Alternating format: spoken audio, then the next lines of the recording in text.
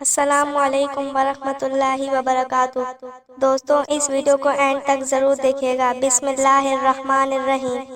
صدر الحکم ابو علیہ سینا کہتے ہیں، آج سے 40 برس قبل میرے پاس ایک مریض لایا گیا جسے کئی بیماریوں نے گھیرا ہوا تھا، جس کی وجہ سے اس کا دل، معدہ، جگر اور گردے شدید متاثر تھے۔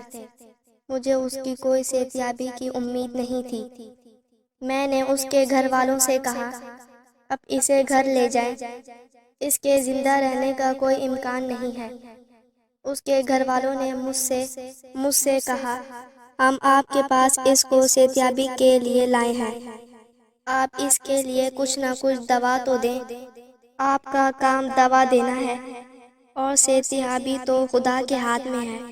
میں نے کہا، دوستوں، اب یہ اس منزل پر پہنچ چکا ہے کہ کوئی بھی دوا اس کے لیے بیماری کا کوئی علاج نہیں ہے۔ آپ لوگ خام خواہ رقم ضائع نہ کریں۔ یہ مریض تھوڑے وقت کا مہمان ہے، اسے گھر لے جائیں۔ میری گفتگو سن کر باقی بیمار لوگ خاموش ہو گئے۔ البتہ ایک بیمار نے کہا، جب آپ کسی مریض کا درد دور نہیں کر سکتے تو آپ نے یہ مدد کیوں بنایا ہوا ہے اور اپنے آپ کو طبیب کیوں کہلاتے ہیں؟ میں نے کہا، دوست، ناراض کیوں ہوتے ہو؟ صحتیابی تو خدا کے ہاتھ میں ہے، ہم تو ایک ذریعہ ہیں۔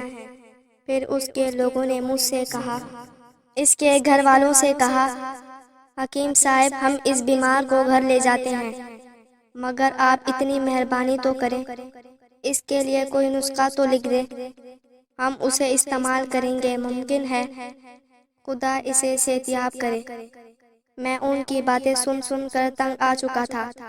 میں نے تنگ آ کر کہا، تمہارا اتنا ہی اصرار ہے، تم اسے جانوروں کا چارہ برسیم استعمال کرواؤ، وہی اس کے لیے فائدہ مند ثابت ہوگا۔ وہ لوگ اپنے مریض کو اٹھا کر لے گئے۔ اس واقعے کے بعد چند دن بعد وہ لوگ میرے پاس آئے۔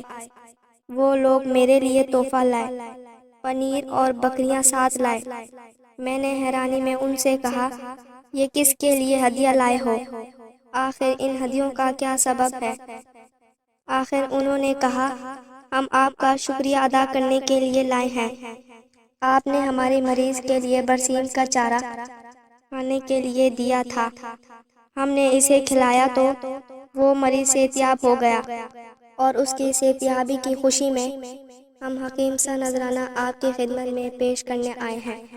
جب میں نے یہ سنا تو مجھ پر حیران کے پہاڑ ٹوٹ پڑے، اور مجھے یقین ہو گیا کہ صحتیابی خدا کے ہاتھ میں ہے۔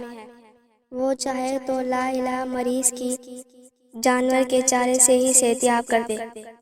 بنی اسرائیل میں ایک شخص انتہائی بیمار تھا۔ اس کی پوری زندگی گناہوں اور بے حیائی سے بھری ہوئی تھی۔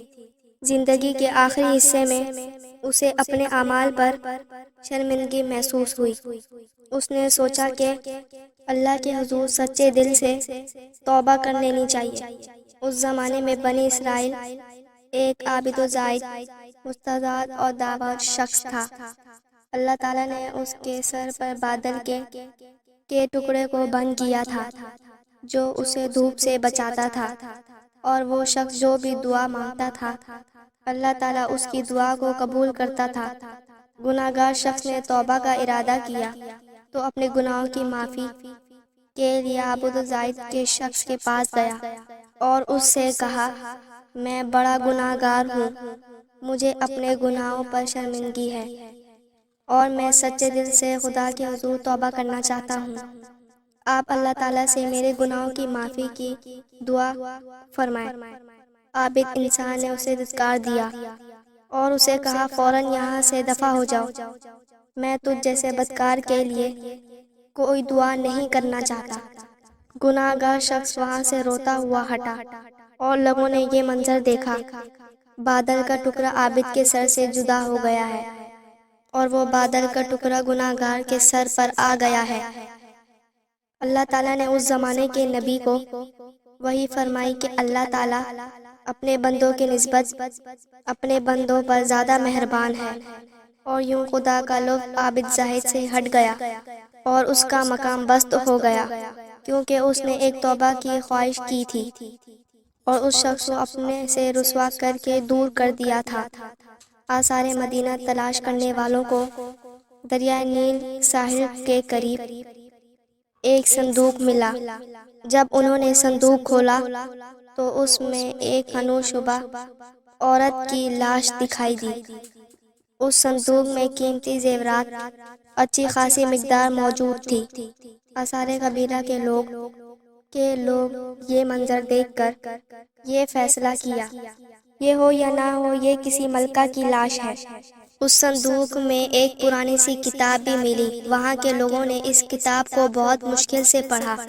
اس میں کسی کی وصیت تھی، میرے مرنے کے بعد کسی کو بھی میرا جنازہ ملے تو اسے معلوم ہونا چاہیے کہ میں مرغ مصر کی ملکہ ہوں، اور میرے زمانے اقتدار میں شدید قحط آیا، اور وہ قحط اتنا شدید تھا میں ملکہ ہو کر 2 روٹیوں کے لیے ترستی رہی۔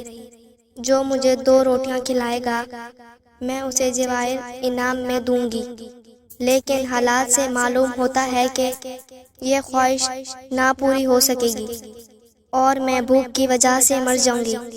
اگر میں مر گئی تو یہ زیورات میرے ساتھ میرے قبر میں دفنا دینا۔ یقیناً ہم سب کو ملکہ کی وصیت پر غور کرنا چاہیے اور اس سے عبرت حاصل کرنی چاہیے۔ ہمیں یہ جان لینا چاہیے جب تک خدا نہ چاہے کوئی کسی کی حاجت روائی نہیں کر سکتا، اگرچہ انسان کے پاس یہ خواہش کہ آرام کے کتنے ہی سامان موجود ہوں۔ عبد الملک بن مرحوت 19ویں خلیفہ تھا۔ وہ بدترین اور خونخوار شخص تھا۔ زندگی کے آخری ایام میں مزید استقال لاحق ہوا۔ بیماریوں میں مریض کو شدید پیاس لگتی ہے اور جتنا بھی پانی پیے اس کی پیاس بجھنے میں نہیں آتی۔ اس کے قریب خاص نے ہدایت کی کہ اگر آپ بیماری سے نجات حاصل کرنا چاہتے ہیں تو آپ 2 دن یا 1 دن کم از کم 1 دن پانی نہ پئیں۔ تو آپ نے 1 قطرہ بھی پانی پیا زندہ نہیں رہ سکیں گے۔ عبد الملک نے چند گھنٹے صبر کیا اور آخرکار ان کو پیاس کے طلبہ سے مغرور ہو گیا۔ اس نے کہا، خدا کے لیے مجھے پانی پلاؤ، میری جان نکلتی ہے تو نکلنے دو، لیکن میں پیاس کا یہ عذاب برداشت نہیں کر سکتا۔ اہل خانہ نے اس کے مسلسل اقرار پر اسے پانی دے دیا۔ جیسے ہی اس نے پانی پیا تو اس کی روح برباس کر گئی۔ یقیناً پانی زندگی بھر مخصوص ہے، اس کا ہر قطرہ زندگی ہے، لیکن اللہ تعالیٰ کے ہاں تمام اختیارات موجود ہیں۔ وہ چاہے تو پانی کو موت کا ذریعہ بنا دے۔ بیان کیا جاتا ہے کہ ایک زمانے میں ایک غریب و مخلص شخص رہتا تھا جو سال کے اکثر سے دنوں میں روزہ سا رہتا تھا۔ جب سورج غروب ہوتا اور افطار کا وقت آتا تو وہ اپنی جیب میں ہاتھ ڈالتا اور اس کے اوپر لکھی ہوئی تعبیر کو دیکھتا تو اس کی بھوک ختم ہو جاتی۔